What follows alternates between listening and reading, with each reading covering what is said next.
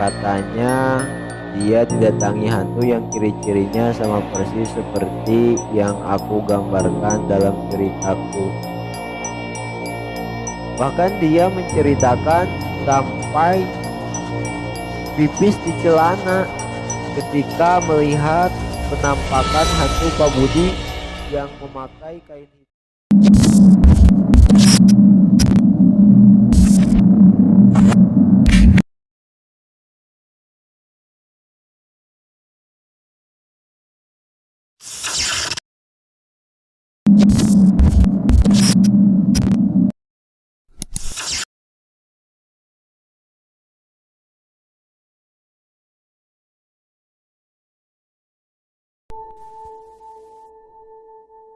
Kali ini aku ingin menceritakan cerita yang berjudul Kain Kafan Hitam. Awal cerita ini dimulai saat salah satu tetanggaku meninggal dunia. Aku sih tidak mau menyebut namanya. Sebut aja dia dengan Pak Budi. Pak Budi ini dikenal sebagai orang yang tidak baik. Dia suka berjudi dan minum minuman keras. Bahkan aku dengar dia suka berpelesir ke rumah bordil. Kelakuannya yang buruk seperti itu didukung oleh kekayaannya. Dia memperoleh harta yang sebegitu banyak, itu pun dari perbuatan tidak baik, yaitu dengan cara meminjamkan uang dengan bunga tinggi. Entah kalian mau menyebutnya rentenir, lintah darat, atau apapun juga terserah. Saat dia meninggal, semua warga tidak ada yang mau ke rumahnya. Tetapi saat melihat istrinya yang menangis dan meminta tolong, salah satu kiai menyarankan untuk menolong sesama muslim.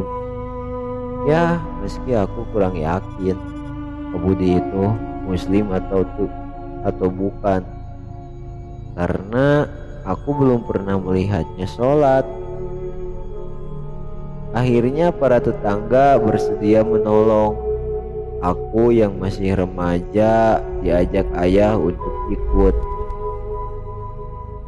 Kegemparan terjadi saat ingin membungkus mayat Pak Budi. Kain kafan yang sedianya ingin membungkus tubuh Pak Budi tidak mampu menutupi seluruh tubuhnya. Akhirnya mereka membeli kain kafan yang lebih lebar, tetapi tetap saja tidak muat. Setelah 3 kalinya tidak muat juga. Saat itu hidungku sudah mencium bau busuk dari tubuh Pak Budi. Akhirnya salah satu pelayat menyarankan untuk mengganti kain kafan putih itu menjadi warna hitam. Entah ide gila itu terinspirasi dari mana, tetapi ide itu berhasil. Kain kafan berwarna hitam itu dengan sangat mudah, seakan-akan itu adalah kain kafan yang sangat pas untuknya. Dan saat semua pelayat sibuk dengan keranda yang belum datang, apalagi saat itu hujan deras, aku masih berdiri di depan tubuh Pak Budi yang terbujur kaku di atas tipan. Saat itu secara tiba-tiba dan perlahan tubuh Pak Budi bergerak dan duduk. Dia menoleh kaku ke arahku dengan mata terbelalak, lalu mengatakan sesuatu dengan bibir kakunya. Pakai warna hitam, siapa takut? Hahaha, lucu gak sih? Sebenarnya ceritanya tidak seperti itu.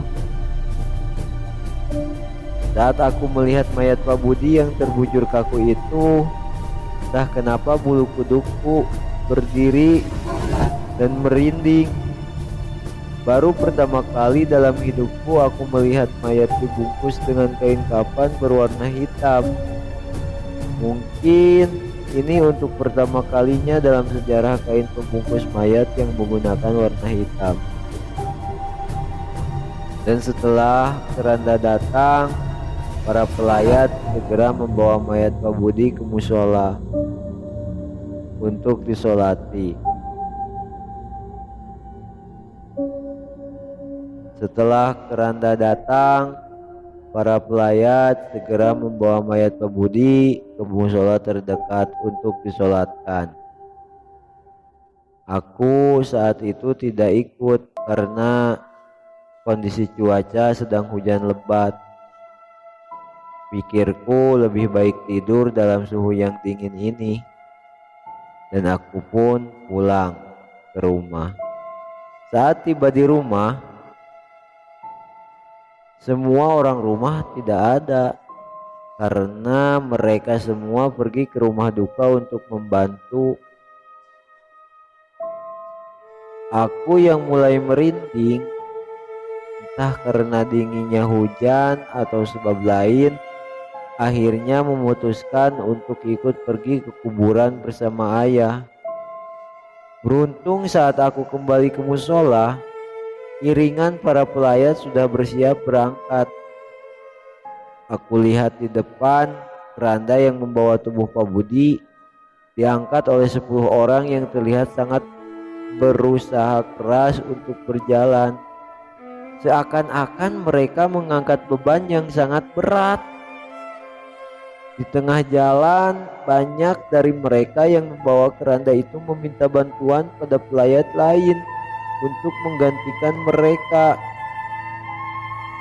Singkat cerita, tibalah kami di kuburan. Sesuatu yang mengejutkan terjadi. Ternyata kuburan Pak Budi belum siap. Menurut para penggali kuburan yang berjumlah 5 orang itu, mereka menggali karena tekstur tanah yang keras. Meski saat itu turun hujan, 6 cangkul sudah jadi korban dan 3 lokasi berbeda sudah digali. Namun hanya bisa menggali dengan kedalaman 50 cm saja. Akhirnya kiai yang memimpin rombongan meminta semua untuk berdoa sebentar. Setelah itu menyuruh untuk menggali lagi. Tidak lama kemudian, satu lubang kuburan telah siap. Ya, meski tidak terlalu dalam, namun cukuplah untuk mengubur mayat. Masalah lain timbul saat tidak ada orang seorang pun.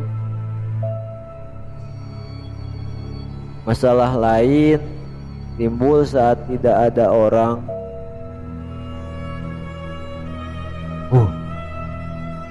Masalah lain timbul saat tidak ada seorang pun yang mau masuk ke dalam liang kubur untuk menangkap mayat Pak Budi.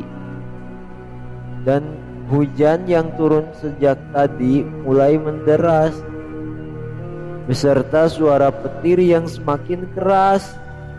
Akhirnya mereka berencana untuk memasukkannya dengan tali.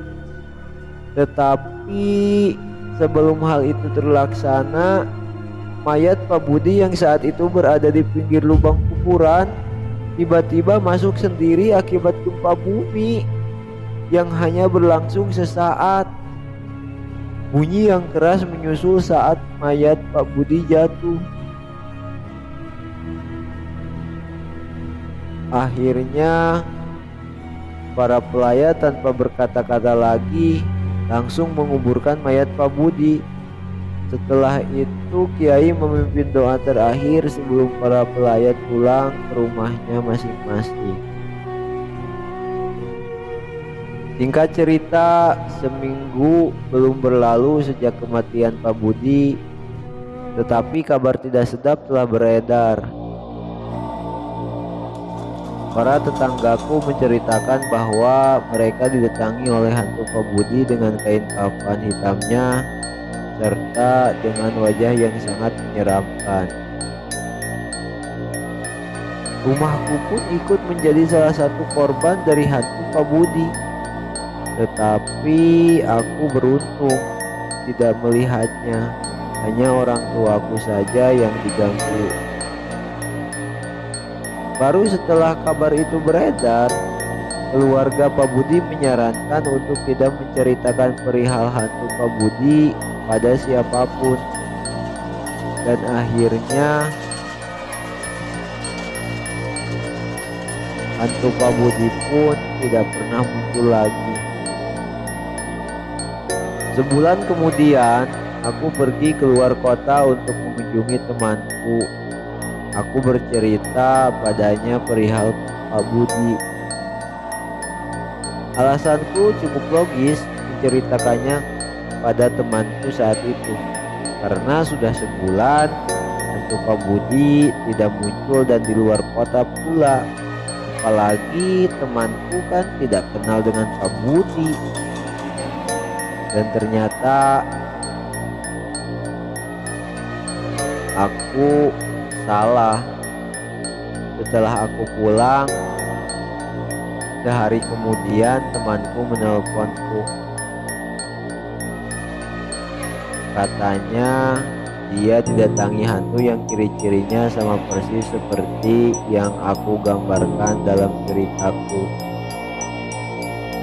Bahkan dia menceritakan sampai pipis di celana ketika melihat penampakan hantu Pak Budi yang memakai kain hitam, kain kafan hitam, dan wajahnya sangat menyeramkan. Aku yang tidak mudah percaya, sehari kemudian pergi ke rumah temanku yang lain, yang rumahnya lebih jauh. Aku ceritakan semuanya perihal hantu Pak Budi, tetanggaku itu. Dan setelah aku pulang, esoknya temanku itu menelpon dan menceritakan hal yang sama seperti yang dialami temanku yang pertama. Aku yang mulai setengah percaya langsung menguji ke teman perempuanku yang tinggal di luar negeri. Aku menceritakannya lewat email. Setelah 4 hari tidak mendapatkan jawaban ataupun kabar, aku cukup lega karena aku berpikir kedua temanku yang menelponku itu hanya bermimpi horor karena ceritaku. Mungkin mereka terhalusinasi akan cerita itu, sehingga pikiranku itu hanyalah mimpi horor saja. Tetapi saat hari kelima, sebuah email datang dari teman perempuanku itu. Dan dalam emailnya dia menceritakan bahwa dirinya didatangi oleh hantu berkain kafan hitam dan berwajah menyeramkan. Menurutnya itu adalah hantu paling menyeramkan yang pernah dia lihat. Dan jika kalian sudah mendengarkan cerita ini, tolong jangan katakan bahwa aku yang menceritakannya, karena aku juga takut bertemu hantu berkain kafan hitam itu. Dan jika nanti di malam hari kalian datangi hantu Pak Budi itu, sampaikan saja salamku untuknya.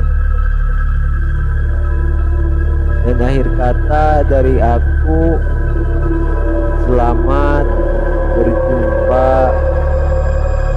dan dihantui oleh hantu Pak Budi yang memakai kain kafan hitam dan wajah yang menyeram.